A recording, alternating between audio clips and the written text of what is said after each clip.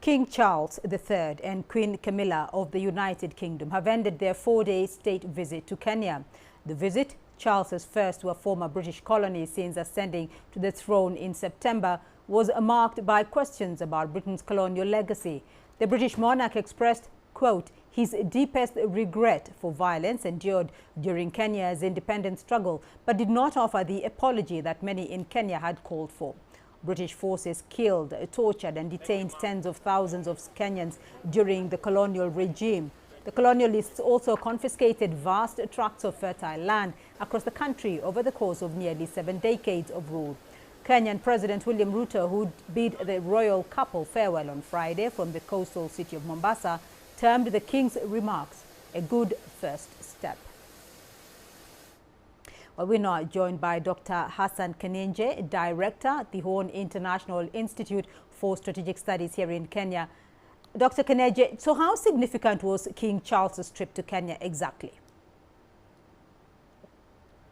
This was particularly significant in part because based on the engagements and the statements made by King Charles, we can say it's an attempt for the United Kingdom to come to terms, or at least to make peace with its colonial past that involved concentration camps and massive atrocities that for more than 50 years had never been acknowledged formally.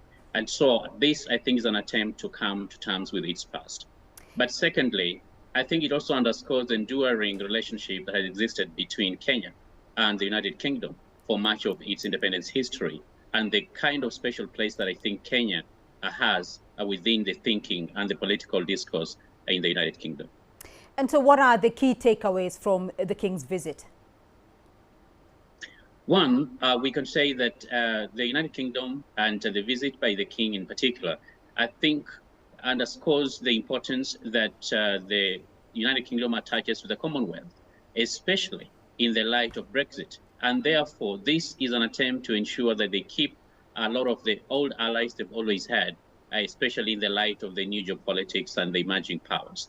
Number two, the manner in which I think the King was relating to people, especially the common people in Kenya, they're called hustlers, is also an attempt, I think, to try and demystify the monarch that has been perceived by much, especially of the young generation, as extremely removed from the reality and extremely elitist and aristocratic.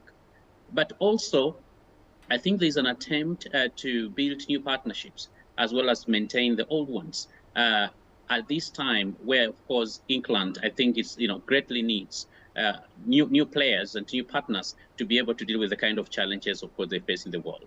But perhaps finally, what we can say is some kind of an outreach after many, many years. Remember, the King's mother learned about her crowning when she was actually on a visit to Kenya in 1952. And part of it, I think, is just coming back to where it all began.